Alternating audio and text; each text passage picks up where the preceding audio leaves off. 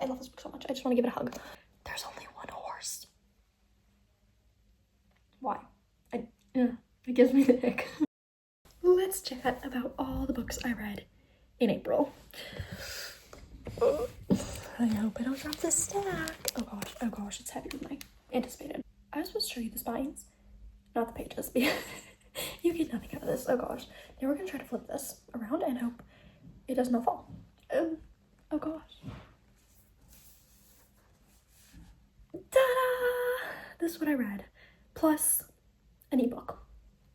Just imagine there's one more book here. Okay. Ooh, holding this one-handed is... Ooh. Oh, wait. Muscly. Dang, I didn't think I could do that. You're phenomenal! Truly a hard body. Look at those guns! Right, these are the books I read. Let's talk about them. Ooh. The first book I read, this is a reread. Oh my... I need to move the stack. It just fell on me. Just fell on me. Yup. That's the current state of the stack. Okay, I need to figure out where to put these. The floor? That seems disrespectful. How could I put my books on the floor? No, I'm gonna put them right there. Okay, that's a good spot. Now let's talk about the first book I read. Get a Life, Chloe Brown by Talia Hibbert. This is a reread. I read this like 2-ish years ago, I believe, 2 to 3 years ago, and I loved it. It was a 5-star then. It's a 5-star now. Nothing has changed. I still really love Talia Hibbert's writing. She is so funny. So funny. She's one of the best rom-com authors, if not the best rom-com author. All her books are genuinely hysterical. I read rom-com sometimes and they don't even read as a rom-com because where's the com? They're just not funny to me. Her books, so funny. I love them. I love her sense of humor. I love the characters. This follows Chloe, who gets into a near-death experience at the beginning of this book, and then after that she has like kind of an awakening. She's like, what am I doing with my life? I'm not doing anything. And she creates a bucket list to live her life so that she doesn't die with all these regrets and all these things she didn't do. And she enlists the help of Redford. He's the handyman in her apartment complex, and she doesn't love him. She acts like she doesn't. She gets very annoyed by him because he's this very sunshiny, happy dude, always helping everyone, just super, super kind, and she's a little bit grumpy. So he bothers her a little bit. And their dynamic is so much fun, and their banter, so entertaining, and I love opposites attract. It's one of my favorite shows, especially when it's Grumpy Sunshine or Reverse Grumpy Sunshine. It's beautiful. It's so beautiful. I love both these characters so much. Every single character Talia Hibbert writes, they always end up in my top heroines or top heroes lists, and those lists are not super long. I'm pretty picky, but every single book I've read from her, one of the characters has ended up in those lists. In this book, both characters end up on her list. I love these two so much. He is just so sweet and so kind and just so funny. And guys, he calls her Button. That is so precious. And she's like grumpy exterior, but she is the softest, mushiest, sweetest person on the inside, and I just love her so much. And I love this book so much. There's also chronic illness representation in this, and I really like the representation. I like learning about a disability that doesn't get much attention, that I've never really heard about, and learning about it, just seeing how someone lives with that. I think it was very well done. Obviously, I don't have this disability, so I don't know how accurate it is, but I haven't seen anyone say it was done badly. And it seemed, from an outsider perspective, like it was done well. Correct me if I'm wrong, but I just think it was beautiful. This is just such a fun book. Seeing her have all these experiences that she never had before, and with Redford, it is just the best time. I love this book so much. It hit near and dear to my heart. I kind of want to reread the whole trilogy now. I love this trilogy so much. Every single book in it is 5-star. This one, if I had to rank them, my favorite would be Get a Life. No. If I had to rank them, my favorite would be Act Your Age, Eve Brown. My second one would be Get a Life, Chloe Brown. And then my least favorite one, least favorite, but it's still super high up on my list of books I love, is Take a Hint, Dana Brown. These books, you need to read them if you haven't already. I just realized how bad the lighting is. Okay, hold on. I forgot to turn on the light. I literally set it up to get good lighting, and then I forgot about it. Nice. Okay, Is it better? I just want to I love this book so much. I just want to give it a hug. That is Get a Life, Chloe Brown. 5 stars. Let's talk about the next book I read. Please don't fall. Okay, before I talk about the next book, I just want to adjust the camera because I wanted to have the stack of books I already talked about right here visible to the eye. I don't know why. I just feel like it's satisfying to like see them stack up. So the next book I read was Twice Shy by Sarah Hogle. This is an adult romance about this girl named Mabel whose great aunt dies and leaves her house. So Mabel, she quits her job, moves to this house, and then once she gets there, she finds out she is not the sole inheritor. Her great aunt also gave custody to the grouchy groundskeeper. They've split custody of the house, and this causes some tension because they have very different ideas for what they want to do with the house. She wants to make it into a hotel and make money, and he wants to turn it into an animal sanctuary. Such a softie. This is Grumpy Sunshine. Wait, this is Reverse Grumpy Sunshine, and this is Grumpy Sunshine. That's what I call range. To make this book even more interesting, Mabel was also catfished. And the person who catfished her was pretending to be Wesley. So it's a very interesting scenario and plot. Imagine being catfished and then the guy you were catfished to be dating, it turned out to be real and you met him. I don't think I could speak to him. But she does. She's braver than me. She talks to him and they bicker and argue a lot in the beginning because of their different ideas about what they want to do with the house. And it's a very entertaining time. I really enjoyed this. I gave it 4 stars. I thought it was so much fun. The only thing is, sometimes their conversations were a little bit boring. Kind of towards the end, I feel like it was a lot of filler. Didn't all need to be there, so that's why it's a 4 and not a 5, because there was just some things that could have been taken out. Like, it's not long. It's pretty short. I'm pretty sure it's less than 300 pages. Hold on. Oh, it's 305, so barely passing 300 pages. It is very short, but I still feel like some things could have been cut. But other than that, this was such a fun time. I loved Wesley the way he would do anything to make her happy, and I just loved it. And it was really sweet. Like, if she mentioned anything, it could be the teensiest tiny detail, and he would go and do that thing to make her happy. Even it doesn't matter how little or silly it seemed, he would go and do that thing to make her happy, and it was so sweet. He's such a sweetheart. He is the epitome of, if he wanted to, he would. Like, she saw a Christmas tree, and then she was like, oh, let's have Christmas. And it's not December, not even close. It's like 6 months away, but she wants to celebrate Christmas in the middle of the summer. And at first he was like, this is silly. This is a bit ridiculous. But then he makes her tree topper, and he's so supportive and sweet, and he just wants her to be happy, and it doesn't matter what it is, he just will do anything to make her happy. I also really liked the anxiety representation in this. The MMC has very bad social anxiety, and I just feel like we don't see that much in books. I feel like if there is anxiety representation, it is usually the female character. I feel like his character was very well done, not unrealistic. She also talked about the different types of panic attacks. Like, the FMC has a panic attack in here. She has one, and it's very different to the kind of panic attacks he has. And I just like that she was showing that there's different types of panic attacks. Not all anxiety looks exactly the same, and I feel like she did a really good job of representing that, and I just really liked the representation in here. This is a really cute, wholesome book. I would recommend it. Oh, I really hope this stack doesn't fall. So far, so good, but we also only have 2 books, and we have so many more to talk about, so this is gonna be interesting. The next book I read was The Ornithologist Field Guide to Love. This was so cute. I gave this 4 stars as well. This is a historical fantasy rom-com. It's genre bending. It's about these 2 ornithologists, obviously, which those are bird hunters and studiers. They are rivals when this book starts. But then there's an announcement to this competition for all the ornithologists.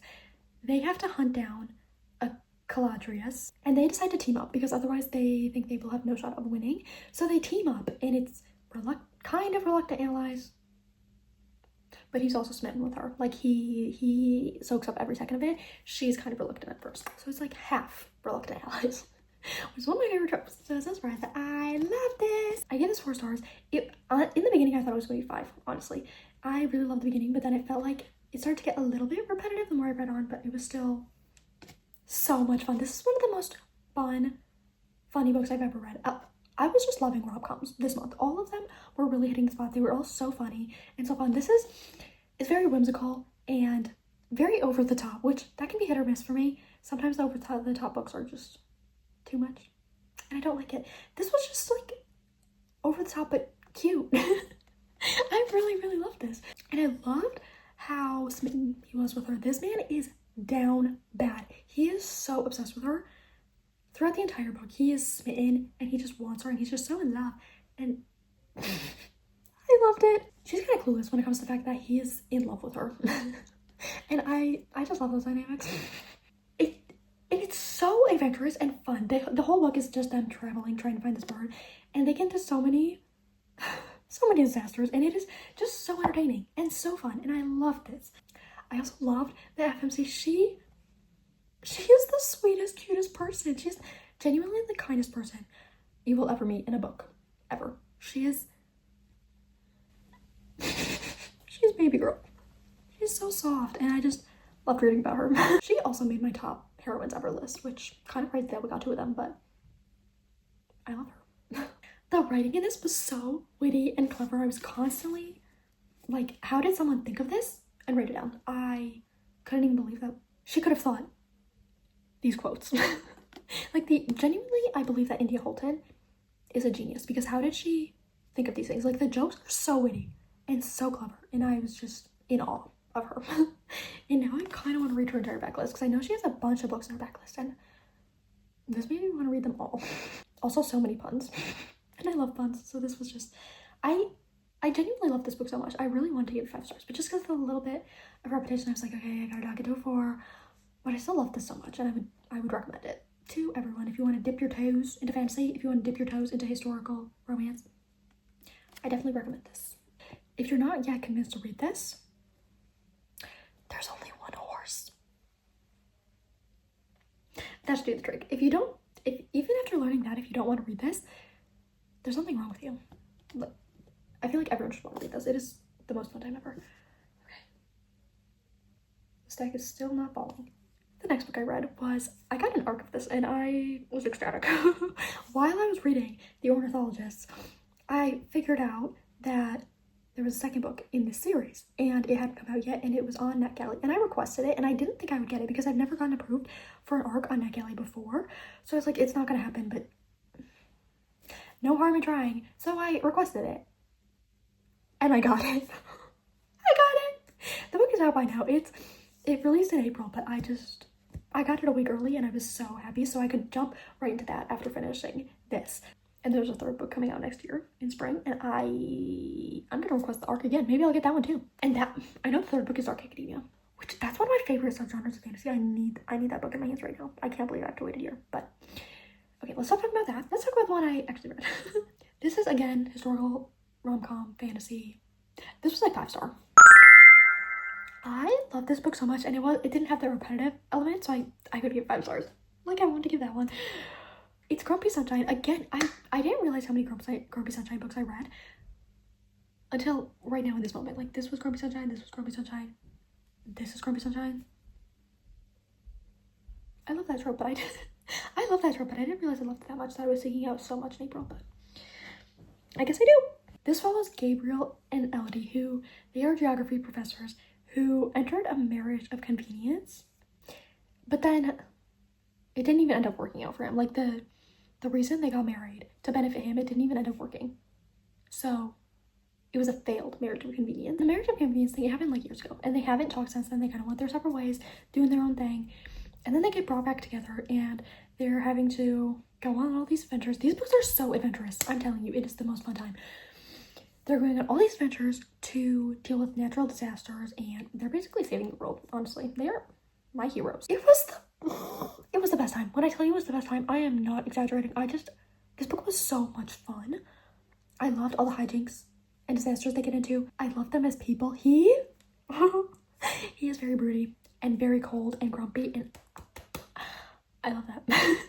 And she's so smart, genius. They're both geniuses. I love a genius power couple. I love their relationship so much because, again, I love opposites attract, and I love Grumpy Sunshine, and this had both of them. She's very loud and spontaneous, and he is very quiet and cautious and hates people, and The way they get together and the way they interact, it was just, I'm trying to think of a word other than fun to describe the dynamic, because I feel like I've said fun way too many times in this video, but the synonyms are not, they're not in my brain right now. Enjoyable. It was very enjoyable. Their banter and the bickering, I love them so much. I just realized I forgot to do the quote of the month. I said I was gonna do a quote of the month in every reading wrap up I do, just like my favorite quote from all the books I read that month, and I totally forgot to do that at the beginning of this video. The quote came from this book though, so I'll just read it now. There are worlds within worlds and entire universes in the heart of a woman. Yeah, very short, very sweet, but I just like that femininity and womanhood is being celebrated, and it was just a very sweet quote. So that was the quote of the month. The next book I read was Foxglove by Adalyn Grace. This is a YA, historical, fantasy, mystery, romance. Again, very genre bending. I thought I just saw a book. I can't tell if that's my eyes playing tricks on me because there's a lamp shining in my face, or if there was genuinely a book right there. I need to stop looking in the direction of the light because that's pretty bad. But okay, back to the book. I read this. Look at the spine of this. This is one of the most striking spines. I love the eyeball. I love it. And I really like this book too. This was, again, a 4-star. This follows this girl named Signa who, in the first book, she was taken in by this man named Elijah. And in this book, he's getting accused of murder. And she is trying to find out who really did it to free him. Because if she doesn't find out who did it and get evidence for that, Elijah's going to be hung. And she loves this man, the man who took her in. So she doesn't want that to happen. Yep. She doesn't want that to happen. So she's trying to solve the mystery. Ooh, it's also gothic. When I tell you, this is so many genres. It's historical, it's fantasy, it's mystery, it's gothic, it's romance. This is so many things in one, and I feel like it mixes them all so well. I loved this. Oh, and also, deaths. The love interest in here is death. Literal death. Death incarnate. He is the love interest. And his brother, Fate, is trying to split them up and come between them because he claims he loved Signa first and better. So he's trying to come between them. I really like this. I don't think I liked it as much as the first one, but I still really enjoyed this. I loved that we got a new point of view character. I can't even tell you who the point of view character is because it would be a spoiler for what happens in the first book. In the first book, you don't know if she's gonna live or die. But she's in this book and she gets a point of view, and I loved her point of view. I love her character. She's very, very snarky, and I love snarky characters. I feel like she kind of overshadowed Signa. I'm not gonna lie. I really liked Signa in the first book, but now that we have this other point of view character that I'm way more interested in, that has a way more engaging personality, quite frankly, kind of find myself not really caring about Signa or her chapters. I'm not gonna lie. I still like Signa, but she was just completely overshadowed by the new character. I also love this point of view character. It's heavily hinted at that she's gonna have a romance with this guy in the third book, and they were giving such good banter. I'm so excited. I'm so excited to continue the series and see what happens with them because they were overshadowing Death and Signa. I loved every interaction they had. They didn't have that many, but every time they did have a scene together, I was all consumed. I love them together. I also really like the vibes of this book. Like, with it being historical, you get balls and poofy dresses, and that is just so much fun.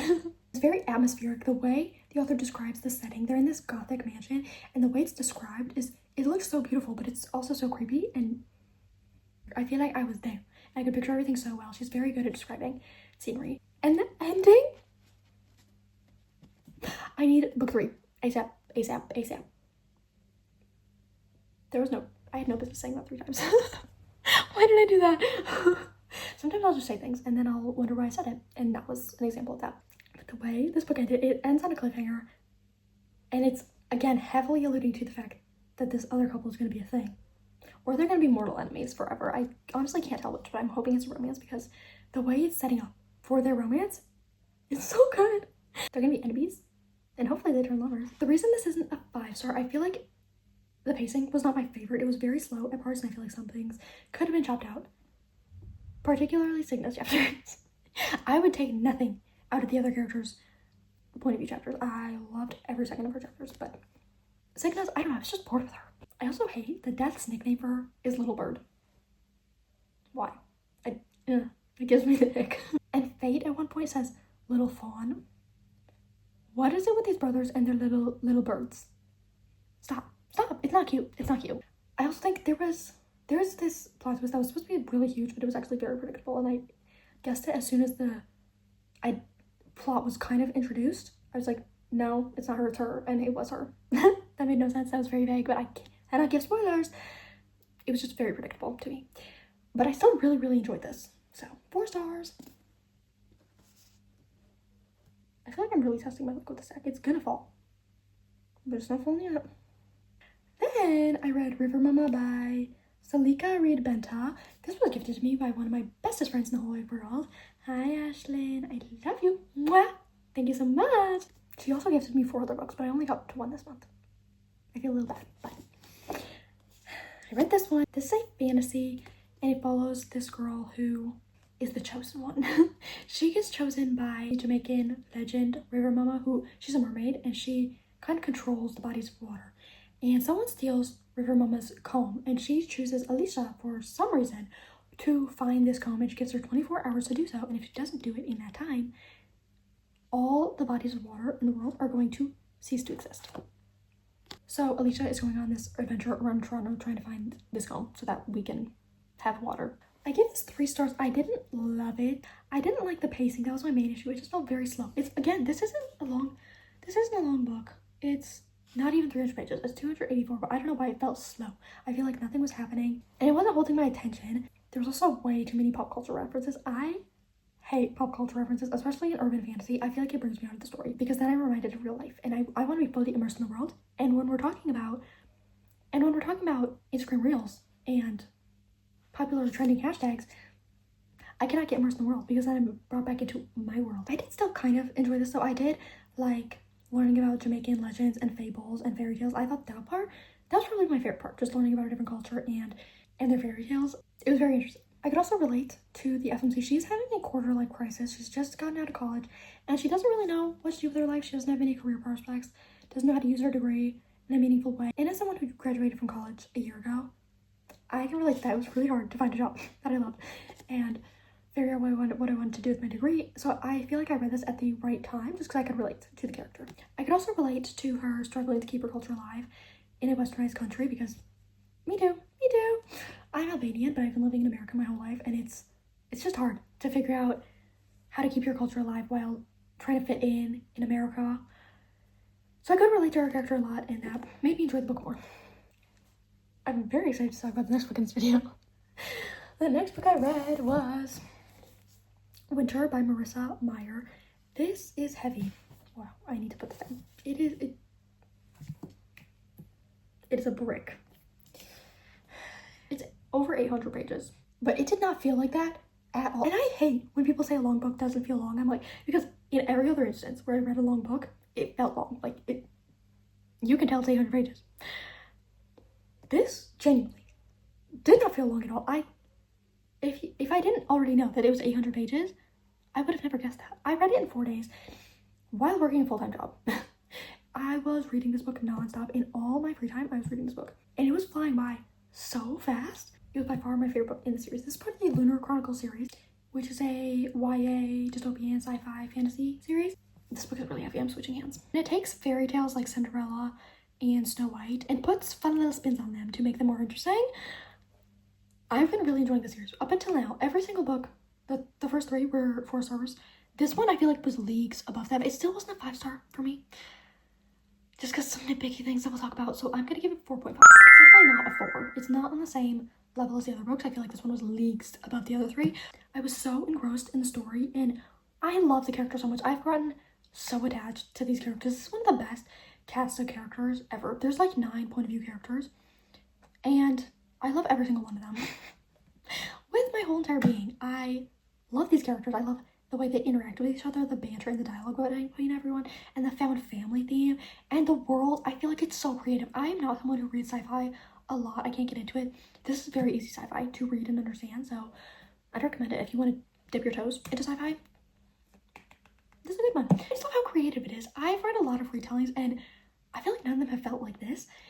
Especially with Cinder, the way she retold Cinderella, which Cinder is the first book in the series, the way she redid that story to make it sci-fi and dystopian and just, it was just mind-blowing to me in that book. And even now, after reading all 4 books, I'm just mind-blown that she took these simple fairy tales and just did so much more with them. I love what she did with the stories. The reason this isn't a 5-star, I was really think this would be a 5-star. The first like 600 pages, I was like, this is a 5-star. I am obsessed with this. And then, the last like 200 pages, it's not like the last 200 pages were bad. It's just, I started to realize things that I wasn't realizing before, and then I was like, I can't give this 5 stars now. So disappointing, but still really enjoyed this. It just started to feel a little repetitive after a while. The amount of times these characters get kidnapped, I can't even count on one hand. They get kidnapped a whole lot. And after a certain point, I was like, okay, let's do something else. Let's have another conflict that doesn't involve someone getting stolen. That's the only thing. Otherwise, I loved this book. It was so engaging. I never got bored. 800 pages, and I never felt like anything should have been cut out. I feel like it all needed to be there. Every page, every sentence, every paragraph was used so wisely. Really and truly, changing hands again. Really and truly love this. Especially Jason and Winter. They're like the new couple introduced in the books. The book is mainly following them, but then also following the 6, 7, 8 other characters. I love them. They're my favorite couple in the series, I think. Yeah, they're my favorite. Oh my gosh, I just realized Jason and Winter are another grumpy sunshine couple. That makes 1, 2, and 3, the ebook I read, 4 grumpy sunshine couples. And these are the highest rated books I had. Is this becoming my favorite trope? I have to think about this. My favorite trope has always been enemies lovers, but why am I gravitating so much towards grumpy sunshine lately? And why am I loving it so much? This is new to me. How did I not realize this as I was reading that I was reading so many grumpy sunshine books? This completely went over my head. But as I was saying, Jason and Winter are my favorite couple. They are so sweet and so supportive. They're childhood friends, and he loves her so much, and she loves him, but it's forbidden. They can't be together because he's her bodyguard, and the evil queen will not allow it, and it's so angsty but so good. I love them. If this whole book was about them, honestly could have been a 5-star. I'm just kidding. I love this. I love seeing the other characters as well, but I just was obsessed with Jason and Winter. This was also very action-packed. There was so much happening at all times, and that's why it doesn't feel long, because I feel like there's always something happening, and it just went by so fast. I love this. This was such a good conclusion to the series. I need to stop talking about this and put it down because it is so heavy. This is gonna be the one that knocks the stack down with how heavy it is. Or not. Okay. It's holding up. Then I read A Reaper at the Gates by Sabaa Tahir. This is the 3rd book in the Ember and the Ashes quartet. And my favorite book in the series. We went from best book in the series to worst book in the series. I have really liked this series up until this point. The first 2 books were 4 stars. And this one was a 3. I feel like the series had so much potential that I'm not liking where the plot is going at all. Especially Elias's storyline. I do not care about the Jinn and the ghost in the waiting place storyline at all. I was so bored. And Elias used to be one of my favorite characters, and his point of view was one of my favorites. And now I just want him to not have a point of view.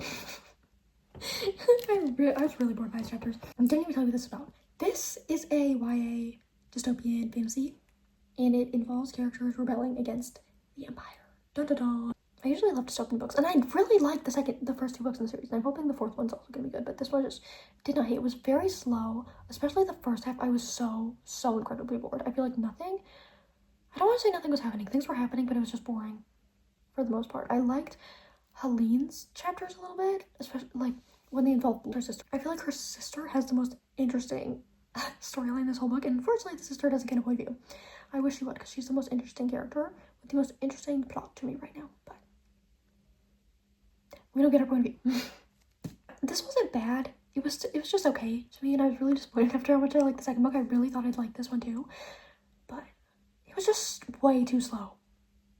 So much could have been chopped out. Also, the characters were barely together. One of my favorite things about the first book was the connections and the relationships between the characters and how they interact with each other. In this book, they're separated for like the entire book. And I just want them to be together because those are my favorite scenes and they were rarely together. So I just got kind of bored of waiting for them to hang out. Like, especially the friendship between Helene and Elias. I love their relationship is so complex and they have so much history, and I just loved their friendship, and like watching how it changes throughout the series has been very interesting, and that's one of the most interesting storylines to me in this series. And in this book, it's we wobbled a little bit then, but we only have one more book to add to the stack, so I think it might stay. I read Fearless by Lauren Roberts. This is the third book in the Powerless trilogy, which I have loved. I loved the first two books so much. They were both 6-star reads for me. I know a lot of people didn't like the second book. I loved it. I love these characters, and I love the banter, and the writing is so beautiful.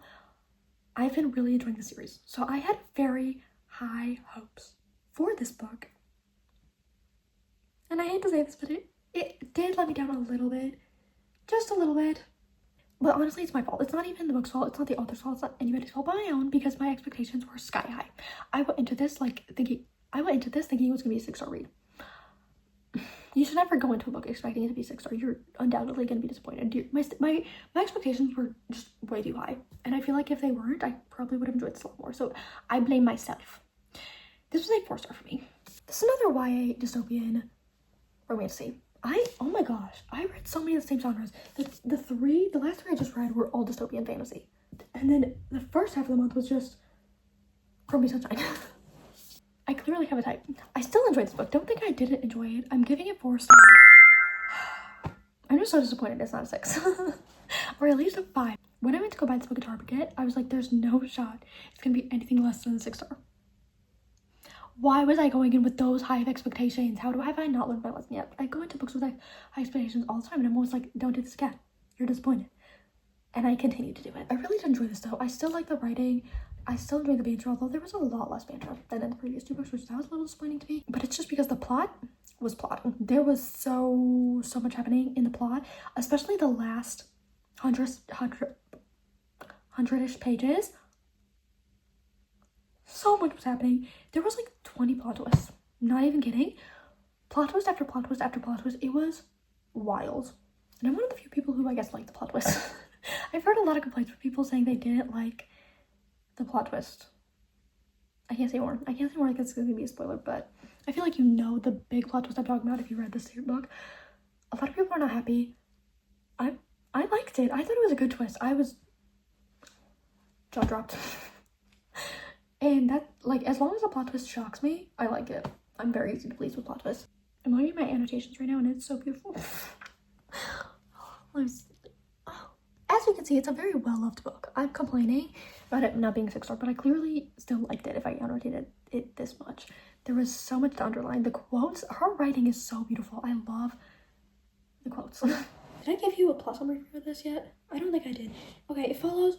There's people with powers and people without powers, because there was a plague. People without powers are hunted and killed by the people with powers because they want to keep the world powerful. The people without powers are viewed as lesser than, and they're discriminated against and killed. And the FMC in the series, Payton, is without powers. She pretends to have powers, but she does not have powers. And the MMC in here, Kai, is the enforcer, and his job is to kill people without powers. There's also trials, which I know a lot of people are really into trials, and some people are really not, so do with that information what you will. I feel like I can't even explain the reason I gave this 4 stars instead of 5, because it'd be a spoiler.